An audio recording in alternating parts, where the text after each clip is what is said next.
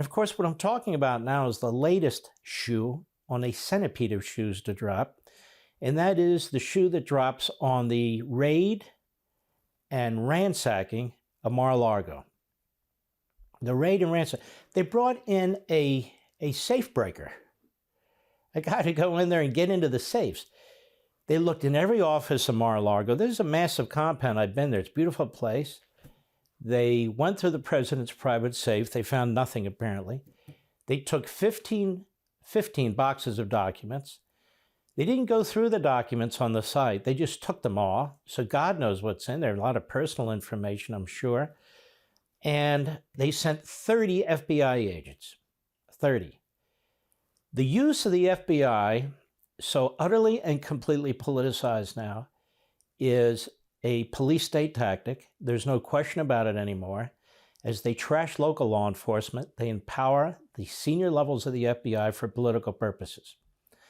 And it's just awful. You have an Attorney General of the United States that goes after parents without any jurisdiction and unleashes every department within the Department of Justice against parents at school board meetings.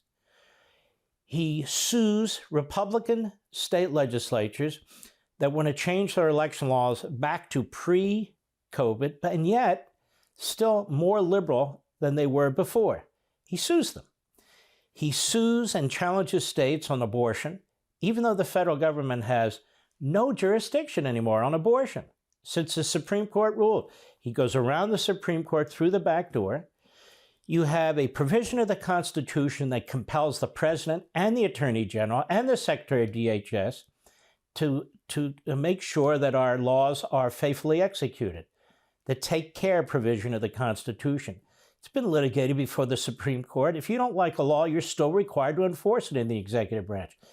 They have refused to enforce virtually any of our immigration laws on the southern border. Nobody's been held for anything. What else have they done? They go after these Border Patrol agents who are on horses, claim they've been whipping people, they've been found innocent, and they still administratively attack them and punish them and ruin their careers. I mean, we have the Breonna Taylor case where 4 police officers were presenting a warrant. The drug dealer shoots at them, they shoot back, and accidentally kill Breonna Taylor. There was a thorough investigation on this, Breonna Taylor being his girlfriend who was innocent, he being the thug, and that they're cleared for obvious reasons. And so the United States Department of Injustice comes up with a civil rights claim against them. And I could go on and on and on. What's happening on January 6th and how they're pursuing people who didn't even go into the building or went into the building for a very short period of time, the Capitol building, some of whom were waved in, having to serve 60, 90, 180 days in jail in Washington, D.C. on misdemeanors for parading and trespassing. You didn't see that with Code Pink and Antifa and Black Lives Matter or anybody else. I'm not talking about the violent thugs attacking cops or breaking in. I'm talking about hundreds and hundreds of others. And we could go on and on and on. You had the case of Chuck Schumer, who literally threatened 2 Supreme Court justices, for which there is a felony crime, which was not pursued. Why?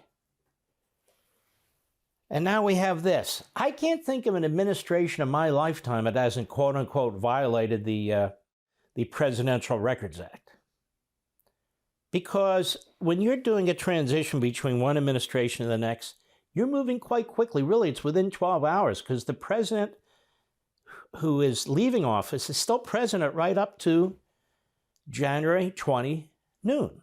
So you can't just pack all the documents up. And there are also some documents coming in while he's near the end of his presidency. So this happens with every president. It happened with Obama. It happened with Clinton. It happened with the Bushes. It happened with Reagan. So my suspicion here is the National Archives and the Trump lawyers were negotiating for a period of time since February over these documents. And then you get this New York Times piece by Maggie Haberman, who is a complete radical hack. She has a book coming up, but they put out 2 pictures in her book before it would actually come out, to get the hype going. And so those pictures show bizarrely, two ripped up pieces of paper in a toilet bowl.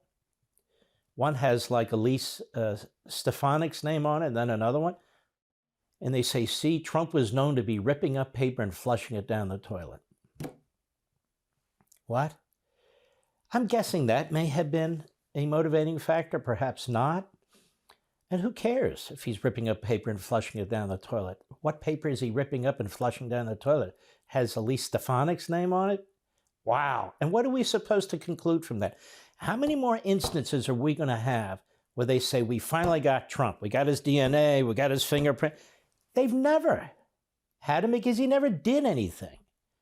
He never did anything. Russia collusion, the dossier, and all the allegations in there, his taxes, they've been looking at now for years at different levels of government, his businesses, his family. It just goes on and on and on. I don't know how anybody gets through this, quite frankly. But here we have the latest of the worst. We've never before had a former president of the United States have his home raided and ransacked by the FBI. Over what? And why would they do it this way with a warrant? As I explained on Hannity last night, you use a subpoena. You subpoena the records you want, and you contact the attorneys on the other side and say, look, we're issuing a subpoena. We want these records. Let's sit down and talk. This is what we want, so forth and so on. Maybe they had issued one earlier. Maybe they're negotiating. If it really gets hot and bad and you can't come to a compromise or something, then you bring a civil action. You don't send the FBI into a former president's home, Mar-a-Lago, the compound there, at 6 a.m. in the morning while it's still dark. 30 FBI agents who grab all the boxes, who are looking in all the offices, going through the president's vault. You're not supposed to do that to a former president. This is as awful and outrageous as it gets. And people have been saying it's third world, it's banana republic. They're completely correct. This is Marxism on the move. That's what it is. I don't trust the FBI anymore. I don't think it can even be fumigated anymore. I'm somebody who's big on law enforcement, but now I've changed. I'm big on local law enforcement. For all this and much more, sign up for Levin TV.